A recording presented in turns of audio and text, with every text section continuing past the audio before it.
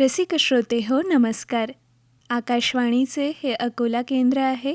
सायंकाळची 7:30 होत आहेत. FM 102.4 मेगाहर्ट्झवरून प्रसारित करीत आहोत शेतकरी बंधू भगिनींसाठीचा कार्यक्रम किसानवाणी.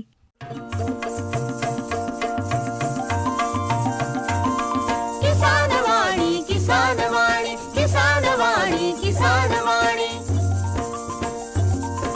हिरव्या स्वप्नांची साध्यवाणी प्रगत योगाची वेधवाणी कृषी तंत्राची ही मंत्रवाणी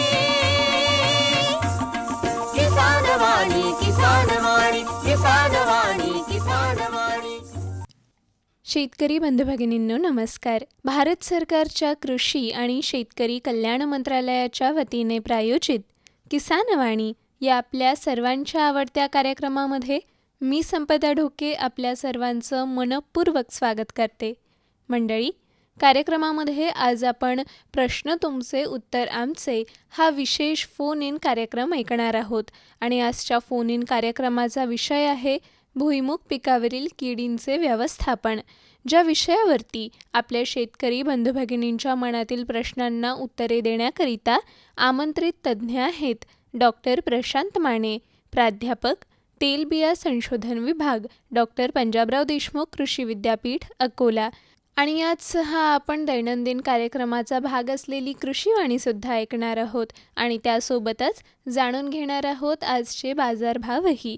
तेव्हा ऐकत रहा आपल्या सर्वांचा आवडता कार्यक्रम किसानवाणी. किसानवाणी किसानवाणी किसानवाणी किसानवाणी. शेतकरी बंधू भगिनींनो, कार्यक्रमाच्या सुरुवातीलाच ऐकूया कृषीवाणी. वाचक स्वर संपदा ढोके आणि सादरकर्ते सूरज गोळे यांच्यासह. शेतकरी बंधू भगिनींनो नमस्कार. कृषीवाणीमध्ये आज ऐकूया कंपोस्ट खड्ड्याची जागा आणि त्याचा आकार याविषयीची माहिती, जी आपल्याला प्राप्त झालेली आहे डॉक्टर पंजाबराव देशमुख कृषी विद्यापीठ अकोला यांच्याकडून. शेतकरी बंधू भगिनींनो, खताच्या खड्ड्याची जागा शक्यतो जनावरांच्या गोठ्याजवळ उंच असावी. पावसाचे पाणी खड्ड्यात झिरपल्याने कचरा सडतो. त्यासाठी खड्ड्याभोवती 10 ते 15 सेंटीमीटर उंचीचा बांध घालणे चांगले. कचरा कुजण्याची क्रिया सूक्ष्म जीवाणूद्वारे होत असते आणि त्यांची वाढ होण्याकरिता आवश्यक तो ओलावा आणि उष्णतामान लागते. त्यासाठी गरजेनुसार जवळच पाणी उपलब्ध असावे. पावसाळ्यात पावसाचे पाणी खताचे खड्ड्यात जाऊ नये म्हणून त्यावर तात्पुरते छप्पर अथवा छत असावे. सर्वसाधारणपणे कंपोस्ट खड्डा 2 मीटर रुंद आणि 1 मीटर खोल असावा. लांबी मात्र आवश्यकतेनुसार 5 ते 10 मीटरपर्यंत ठेवावी. 2 खड्ड्यांमध्ये 2 मीटर अंतर असावे. खड्ड्याचा तळ आणि बाजू थोड्या ठोकून टणक कराव्यात. तर शेतकरी बंधू भगिनींनो, आताच आपण कृषीवाणीमध्ये ऐकलीत कंपोस्ट खड्ड्याची जागा आणि त्याचा आकार याविषयीची माहिती, जी आपल्याला प्राप्त झाली होती डॉक्टर पंजाबराव देशमुख कृषी विद्यापीठ अकोला यांच्याकडून. तर शेतकरी बंधू भगिनींनो, आताच आपण ऐकलीत कृषीवाणी. वाचक स्वर होता संपदा ढोके यांचा आणि सादर करते सूरज गोळे. किसानवाणी किसानवाणी किसानवाणी किसानवाणी. अरे अरे अरे क्या कर रहा है? इधर इधर इधर, हम बोल रहे हैं तेरे बीजू का. उतला बोल रहा है? हाँ, पक्षियों से तो हम खेत को बचा लेते हैं, पर इन घातक रसायनों से कैसे बचाएं? मतलब? देख बेटा, तू जो ये अंधाधुंध रसायन मिलाता है ना, मिट्टी की सेहत बिगड़ने लगी है. और जब माटी ही कमजोर पड़ जाएगी तो उपज कैसे सेहतमंद होगी? हाँ? अरे पहले ऐसा नहीं था. पूछना अपने बड़े बुजुर्गों से, कैसे फसल लहलहाती थी, शुद्धता झलकती थी. हाँ, माटी भी तंदुरुस्त और लोग भी. अरे अब पहली वाली बात कहाँ?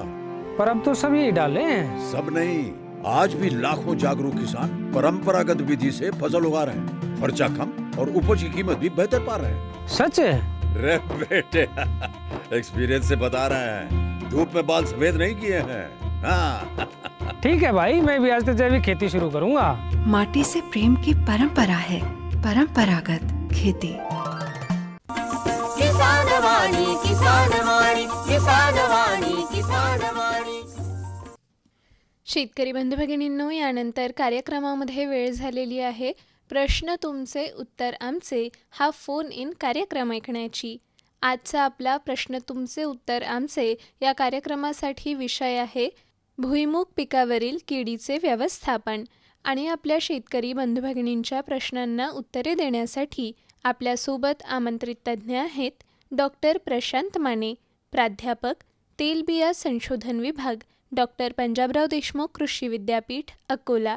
शेतकरी बंधू भगिनींनो नमस्कार. किसान वाणी या कार्यक्रमामध्ये आज प्रश्न तुमचे उत्तर आमचे या फोन इन कार्यक्रमामध्ये आपल्या सर्वांचं मनपूर्वक स्वागत आहे. आज आपण भुईमूग पिकावरील किडींचे व्यवस्थापन याविषयी चर्चा करणार आहोत आणि आपल्या मनात असलेल्या सर्व प्रश्नांना उत्तरे देण्यासाठी आज आपल्यासोबत आमंत्रित तज्ज्ञ आहेत डॉक्टर प्रशांत माने, प्राध्यापक तेलबिया संशोधन विभाग, डॉक्टर पंजाबराव देशमुख कृषी विद्यापीठ अकोला. नमस्कार सर. नमस्कार. आकाशवाणी अकोला येथे आपलं मनपूर्वक स्वागत आहे सर. धन्यवाद. आपण बघतोय सर की उन्हाळी भुईमूग आपल्या बऱ्याच शेतकरी बांधवांनी, शेतकरी बंधू भगिनींनी आपल्या शेतामध्ये पेरलेलं आहे, त्याची लागवड झालेली आहे आणि बऱ्याच शेतांमध्ये आपल्याला ते पीक छान डोलताना दिसतंय. पण आजचा आपला जो विषय नेमका महत्त्वाचा होतो तो किडींच्या व्यवस्थापनाबद्दलचा. तर त्याच संदर्भात पहिला प्रश्न विचारावासा वाटतो की या भुईमूग पिकावरील आपल्याला मुख्य किडींबद्दल सांगायचं झालं तर काय सांगाल? शेतकरी बंधूंनो, खरंच भुईमूग हे उन्हाळी हंगामातील एक महत्त्वपूर्ण पीक आहे जे शेतकऱ्यांना बरंच काही उत्पन्न देऊन जातो.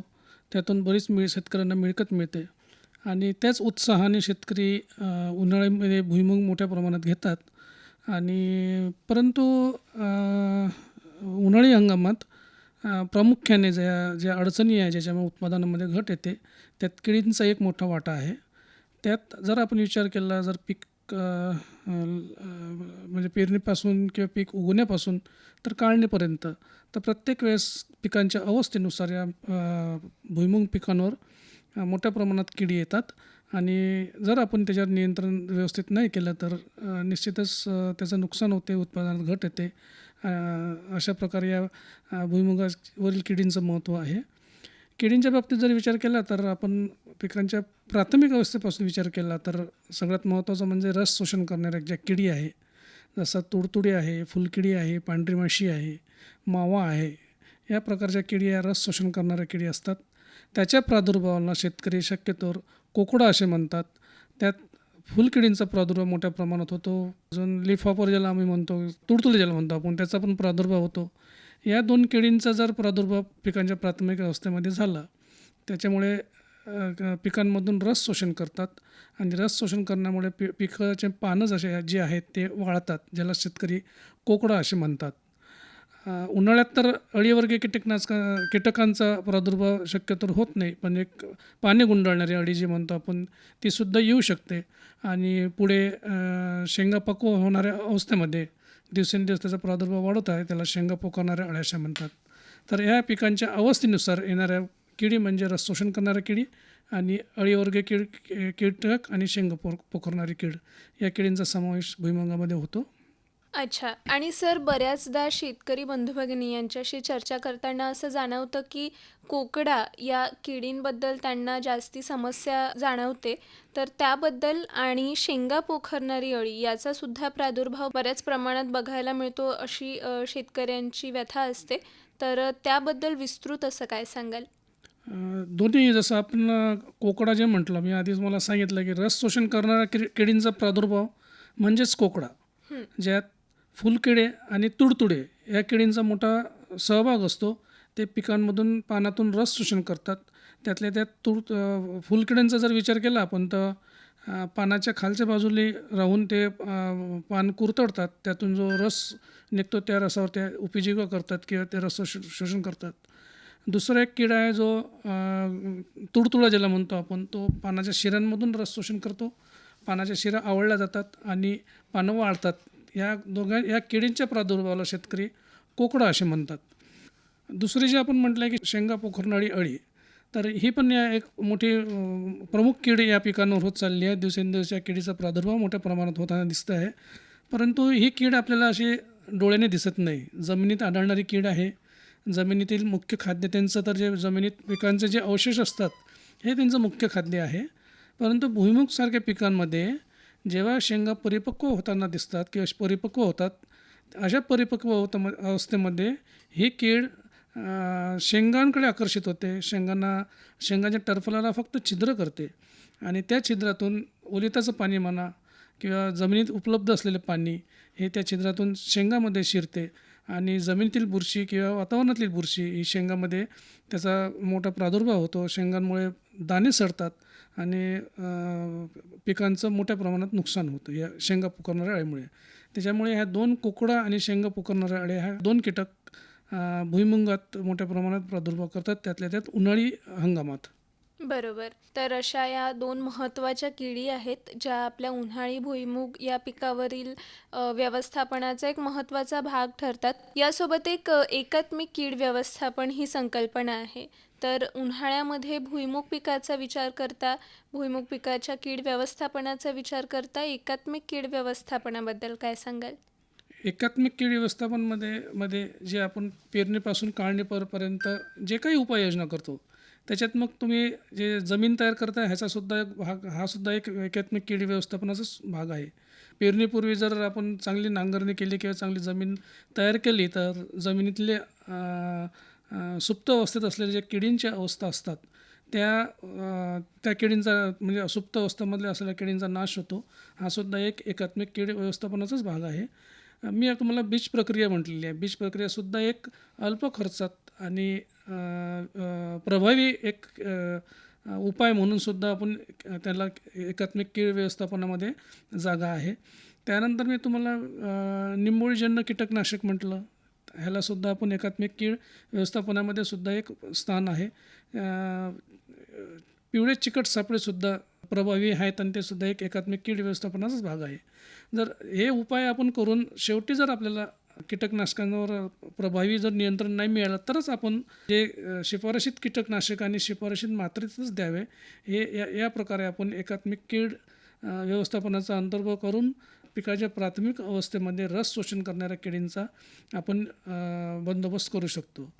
दुसरी एक महत्त्वाची आपण कीड आहे किंवा मी सांगितले आहे तुम्हाला की शेंगा पोखरणाऱ्या अळी, ज्याचा दिवसेंदिवस प्रादुर्भाव मोठ्या प्रमाणात वाढत आहे. सर, आपल्याला एक संपर्क होतोय, तो आपण घेऊया. हॅलो, नमस्कार. आपण प्रश्न तुमचे उत्तर आमचे या कार्यक्रमामध्ये संपर्क झाला आहे. आपलं नाव काय बाबूराव पागरो, आणि कुठून बोलताय आपण? खराब. अच्छा. तर भाऊ, आज आपला किसानवाणी या कार्यक्रमामध्ये भुईमूग पिकावरील किडींचे व्यवस्थापन असा फोन इनचा विषय आहे आणि संबंधी आपला काही प्रश्न असेल तर आज डॉक्टर प्रशांत माने सर, प्राध्यापक आहेत ते तेलबिया संशोधन विभागामध्ये, डॉक्टर पंजाबराव देशमुख कृषी विद्यापीठ अकोला येथे, तर ते आपल्यासोबत आहे. त्यांना आपण प्रश्न विचारू शकता. हॅलो, नमस्कार सर. हां, काय तुमचा प्रश्न काय आहे? माहिती पाहिजे होती तुम्हाला. कीड व्यवस्थापनाबद्दल काही माहिती पाहिजे आहे का? हा, भुईमुग. भुईमुगावर येणाऱ्या किडी जे आहेत हा महत्त्वाचा प्रश्न आहे उन्हाळी भुईमुगामध्ये, जेणेकरून मोठ्या प्रमाणात प्रादुर्भाव होऊन नुकसान होऊ शकते. त्यात 2 प्रकारच्या किडी आपल्याला आढळतात उन्हाळ्यामध्ये, ज्याला आपण कोकडा म्हणतो, रोग जो म्हणतो कोकडा. तर हा कोकडा रोग हा रस शोषण करणाऱ्या किडींमुळे येतो, ज्याला आपण तुडतुडे आणि फुलकिडे या किडींपासून होतो. तर त्याला साधे उपाय आहेत. जर आपण पेरणीच्या वेळेस बीज प्रक्रिया केली असेल इमिडाक्लोप्रिडचा, त्यांनी सुद्धा या किडीचं नियंत्रण होते. पण सध्या अवस्थेमध्ये तुमचं पीक फुलोर अवस्थेमध्ये असेल, यावेळेस मावा या किडींचा प्रादुर्भाव होऊ शकतो किंवा तुडतुड या किडींचा प्रादुर्भाव होऊ शकतो. तर अशा वेळेस रासायनिक कीटकनाशकामध्ये क्विनॉल्फॉस 25% प्रवाही जे आहे हे हेक्टरी 1400 ml 500 लिटर पाण्यामध्ये मिसळून फवारणी करायची आहे. 10 लिटर पाण्यामध्ये जर आपण विचार केला तर 28 ml 10 लिटर पाण्यामध्ये घ्यायचं आणि जर पॉवर पंप असेल तुमचा तर याचं मात्रा 2.5 पट किंवा तिप्पट वापरायची. याच्यामुळे रस शोषण करणाऱ्या किडीचा या अवस्थेमध्ये, पिकांच्या या अवस्थेमध्ये आपण नाश करू शकतो. दुसरा एक शेतकऱ्यांचा नेहमी प्रश्न असतो की शेंगा पोखरणाऱ्या अळ्या, याचा प्रादुर्भाव जेव्हा आपण पीक काढतो, जेव्हा आपण काढतो तेव्हा शेंगा आपल्याला त्याच्यात छिद्र दिसतात शेंगाला आणि शेंगामधले दाणे सडतात. तर हा प्रादुर्भाव दिवसेंदिवस वाढून राहिला आणि हा प्रादुर्भाव जमिनीत आढळणाऱ्या काही किडींमुळे आहेत. त्या किडींमुळे ज्याला आपण शेंगा पोखरणारी अळी म्हणतो, या किडींमुळे तो प्रादुर्भाव होऊन राहिला आहे. त्याच्यासाठी जेव्हा तुम्ही भरीचे डवरे द्याल, आणि मला वाटते आता सध्या अवस्था आहे भरीचे डवरे देण्याची. शेवटचे डवरे जेव्हा देतो आपण, त्या भरीच्या डवऱ्याच्या अगोदर जर कार्बोफ्युरॉन 5% 3% दाणेदार डवऱ्याच्या आधी मातीमध्ये मिक्स करून जर शेतात टाकलं आणि त्याच्यावर भरीचे डवरे दिले आणि नंतर ओलीत केलं, तर निश्चितच या जमिनीत असणाऱ्या ज्या किडी आहेत, शेंगा पोखरणाऱ्या किडी, यांचा प्रादुर्भावाला अटकाव करू शकतो आपण. तिथे ते नियंत्रण होईल आणि पुढे ज्या शेंगा तयार होतील, ज्या टणक झालेल्या शेंगा ज्या होतात, त्याला ह्या किडे जे आहेत शेंगा पोखरणाऱ्या अळी, ही काही छिद्र करणार नाही आणि पुढे ते दाणे वगैरे संपणार नाही. डवऱ्याचं मग खत दिलेलं खत आधी द्यायचं, डवऱ्याच्या आधी द्यायचं, जेणेकरून जमिनीत चांगलं मिसळलं जाईल आणि आपल्या पिकांना त्याचा उपयोग होईल. हो. ठीक आहे, धन्यवाद. धन्यवाद. धन्यवाद भाऊ. तर अशा प्रकारे आपल्या शेतकरी बांधवाच्या व्यथेचं समस्येचं निराकरण आपण अगदी विस्तृतरित्या केलेलं आहे सर. एकात्मिक कीड व्यवस्थापनाबद्दल आपण बोलत होतो आणि रासायनिक पद्धतीने आपल्याला कसं कीड व्यवस्थापन करता येणार आहे याकडे आपण वळलेलो होतो. तर त्याबद्दल काय सांगाल? आपण बघितलं कोकड्या हा जो आहे याच्याबद्दल विस्तृत तुम्हाला सांगितलेच आहे. दुसरं महत्त्वाचं जे होतं की शेंगा पोखरणारी अळी जी एक होय. महत्त्वाची कीड आहे आणि दिवसेंदिवस त्याचा प्रादुर्भाव वाढत आहे. मुख्यतः ही कीड जमिनीत आढळणारी कीड आहे आणि याचं मुख्य खाद्य आपलं भुईमुग नाही आहे. जमिनीत आढळणारे जे पिकांचे अवशेष असतात, अर्धवट कुजलेले किंवा अर्धवट कुजलेलं शेणखत, हे त्यांचं मुख्य खाद्य आहे. परंतु जेव्हा भुईमुगाच्या बाबतीत जेव्हा शेंगा परिपक्व होतात, टणक होतात, कडक होतात, त्याचा टर्फल तुम्हाला माहिती आहे कडक होते, बरोबर. तर ह्या ज्या शेंगा आहे या जमिनीतल्या अवशेषापेक्षा त्यांना चविष्ट असं खाद्य उपलब्ध असते. जसे की भुईमुगाच्या शेंगा ज्या तयार होतात त्या टणक असतात, त्याचं टर्फल कडक असते आणि या किडींचा एक स्वभाव आहे, ते असे कुरतडून खातात. त्याच्यामुळेच त्या अवशेषापेक्षा शेंगांना प्राधान्य देतात आणि ती जी अळी आहे शेंगा पोखरणाऱ्या अळींची अळी जी आहे ही शेंगांना छिद्र करते, म्हणजे कुरतडून खाते फक्त. आणि जमिनीत उपलब्ध पाणी किंवा ओलिताचं पाणी जेव्हा असते ते त्या छिद्रातून शेंगामध्ये जाते आणि आतले दाणे आणि जमिनीतली उपलब्ध बुरशी त्या पाण्यासोबत जाते आणि शेंगातले आतले दाणे त्या बुरशीमुळे सडतात आणि मोठ्या प्रमाणात नुकसान होते. याला एकात्मिक कीड व्यवस्थापनामध्ये जेव्हा आपण पेरतो तेव्हा पीक जेव्हा पेरतो तेव्हा जमीन जर चांगली व्यवस्थित आपण तयार केली, नाहीतर शेतकरी बंधू असे करतात की मागचं आधीचं पीक काढून नुसतं रोटावेटर मारतात आणि दुसरं पीक म्हणजे पुढचं पीक पेरतात. तर असं न करता एक जमीन जर चांगल्या प्रकारे आपण तयार केली तर आधीच्या पिकांचे जे अवशेष असतात ते व्यवस्थित जमिनीमध्ये गाळल्या जातील आणि पूर्णपणे कुजतील. जर ते अर्धवट कुजले तर शेंगावर पोखरणाऱ्या अळीसारख्या किंवा जमिनीत आढळणाऱ्या किडी यांचा प्रादुर्भाव किंवा यांची संख्या मोठ्या प्रमाणात वाढेल. तेच भुईमुगात होऊन राहिलं आहे. जर एकात्मिक कीड व्यवस्थापनामध्ये आपण जमीन जर व्यवस्थित तयार केली तर निश्चितच या किडींचा 50-60% आपण तिथंच रोकथाम करू शकतो. आणि त्याही उपर जर आपल्याला या किडीचा प्रादुर्भाव आढळला किंवा वाटत असेल किंवा किडीचा प्रादुर्भाव होऊ शकतो, तर एक रासायनिक कीटकनाशक जे कार्बोफ्युरॉन 3% दाणेदार शिफारशीत आहे, ते हेक्टरी 50 किलो आपल्याला द्यायचं आहे. आता ही देण्याची अवस्था म्हणजे कोणची, तर एकतर आपण पेरणीसोबत देऊ शकतो आणि परत भरीचे डवरे जे असतात त्यावेळेस आपण देऊ शकतो. दोन्ही वेळे दिला तर याचा खर्च फार प्रमाणात होईल. तेव्हा माझं असं सांगणं आहे शेतकऱ्यांना की आपण पेरणीच्या सोबत न देता जेव्हा आपण भरीचे डवरे देतो त्या भरीच्या डवऱ्याच्या आधी कार्बोफ्युरॉन 3% दाणेदार कुजलेल्या शेणखतामध्ये मिक्स करून द्या किंवा मातीमध्ये मिक्स करून द्या आणि त्यानंतर डवऱ्याची पाळी द्यायची आहे आणि त्यानंतर आपण ओलीत करणारच आहात. तर यामुळे हे काय होईल की हे कीटकनाशक जमिनीत चांगल्या प्रकारे मिक्स होईल आणि जमिनीत उपलब्ध असणाऱ्या किडींपर्यंत हे कीटकनाशक पोचेल आणि जमिनीत असलेल्या ज्या किडी आहेत, अळ्या आहेत, त्यांना गुदमरून त्यांचा तिथेच नाश करेल, जेणेकरून त्या अळ्या परिपक्व होणाऱ्या शेंगांकडे वळणार नाहीत आणि पुढे प्रादुर्भाव व्हायचा करणार नाहीत. तर या प्रकारे सुद्धा आपण या किडीचं व्यवस्थितरित्या नियंत्रण आणि करू शकतो. अगदी बरोबर. तर अशा प्रकारे एकात्मिक कीड व्यवस्थापन या संकल्पनेचा विचार करत असता आपल्याला लक्षात येतं की प्रतिबंधात्मक उपाय, मशागतीय उपाय, अगदी बीज प्रक्रिया, त्यानंतर जैविक उपाय, रासायनिक उपाय, अगदीच कुठला यापूर्वीचा जर उपाय काम करत नसेल आणि शेवटचाच अगदी टप्पा गाठायचा झाला तर रासायनिक उपाय आपल्याला अवलंबायचा आहे. त्यामुळे अगदी विस्तृतपणे आपण एकात्मिक कीड व्यवस्थापनाबद्दल सांगितलं आहे सर. सर, आपण रासायनिक कीड व्यवस्थापन आपल्या भुईमूग पिकावरील किडींचे कसे करावे याबद्दल सांगत होते. यासोबतच या रासायनिक कीटकनाशकांचा वापर करताना आपल्या शेतकरी बांधवांनी काय काळजी घ्यावी? हे बघा, एकात्मिक कीड व्यवस्थापनाचंच एक म्हणजे सगळ्यात महत्त्व आहे, जे शेतकरी बंधू आपण करतोच. म्हणजे पीक पेरणीपासूनच्या पेरणीच्या आधीपासून जी जमीन तयार करतो किंवा काढणीपर्यंत तुम्ही जे शेतामध्ये काम करता ते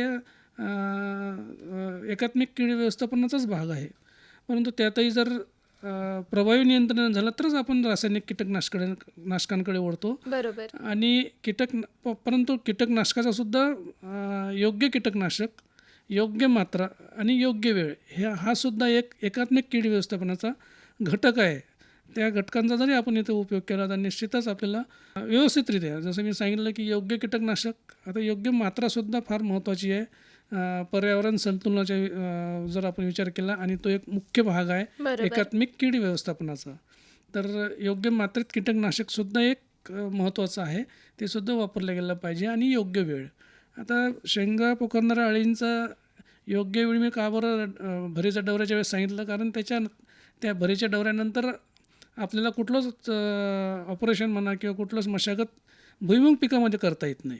एकदा आऱ्या धरल्या की पूर्वी आपल्याला त्याच्यात काही करता येत नाही, म्हणून आपण ती एक योग्य वेळ साधली आहे.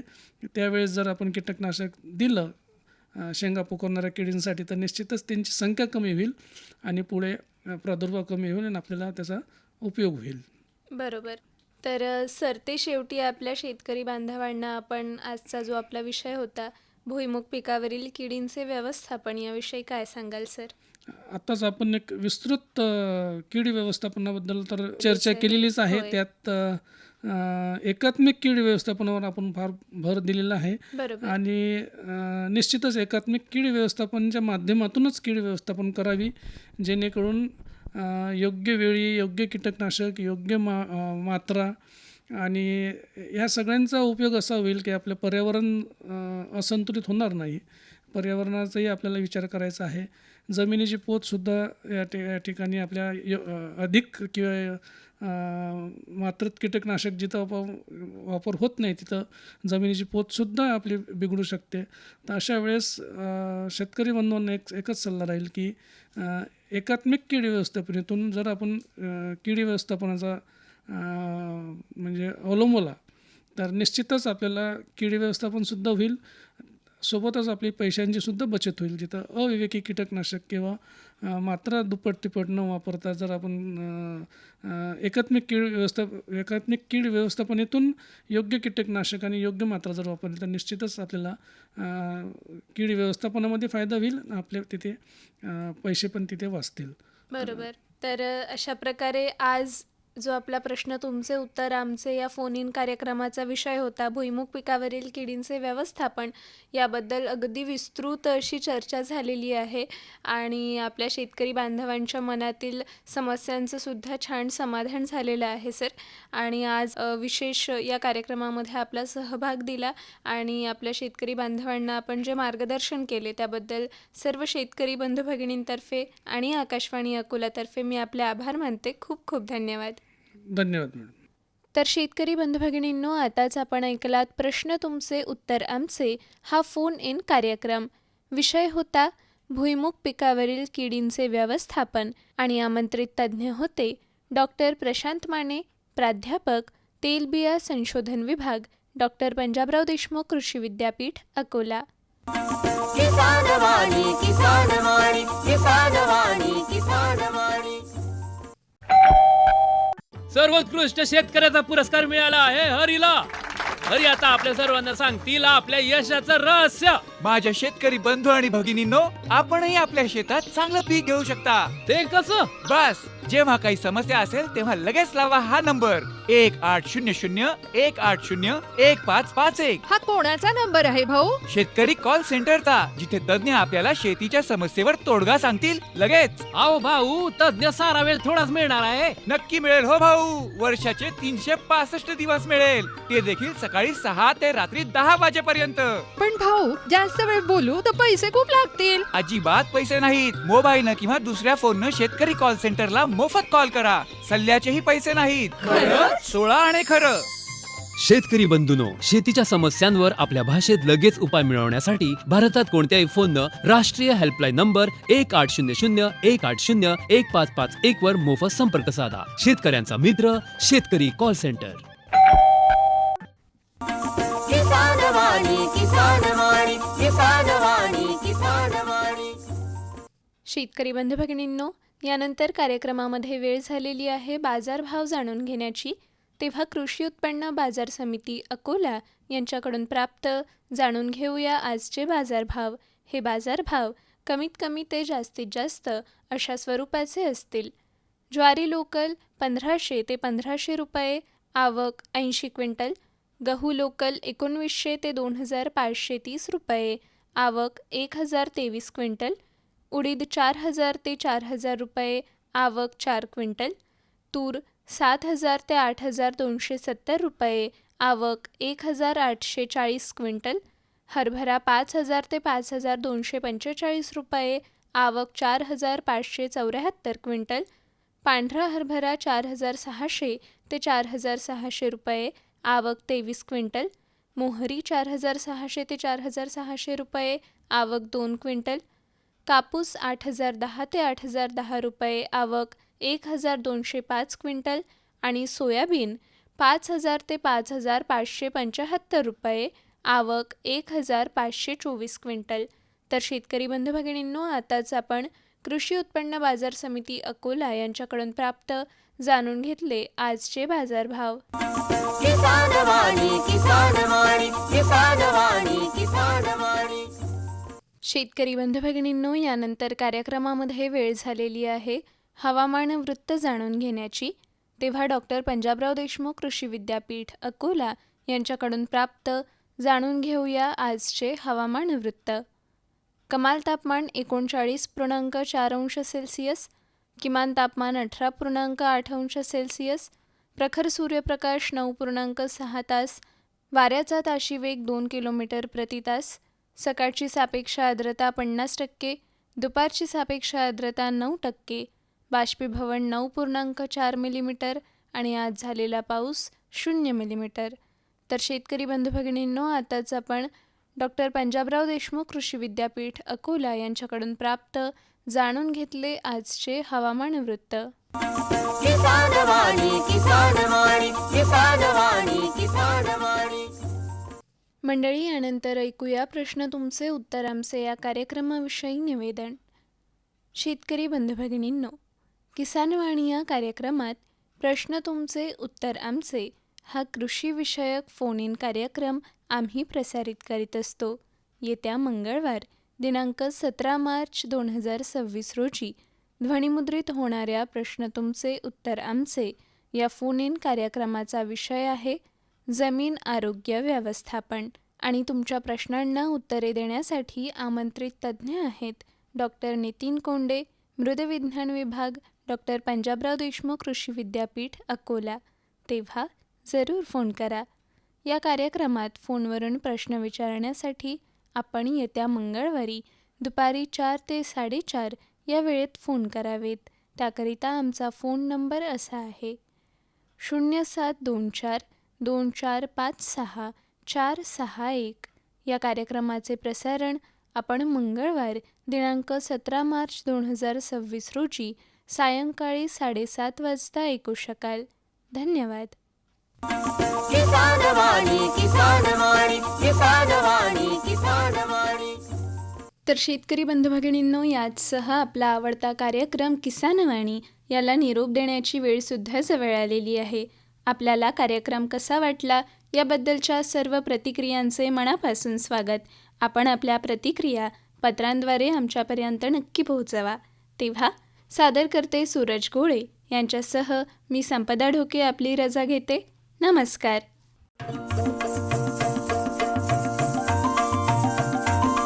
किसान वाणी किसान वाणी किसान वाणी किसान वाणी हिरव्या स्वप्नांची साध्यवाणी प्रगत योगाची वेधवाणी कृषी तंत्राची ही मंत्रवाणी किसान वाणी किसान वाणी किसान वाणी किसान वाणी. श्रोते हो, आताच आपण ऐकलात किसान वाणी हा शेतकरी बंधू भगिनींसाठीचा कार्यक्रम.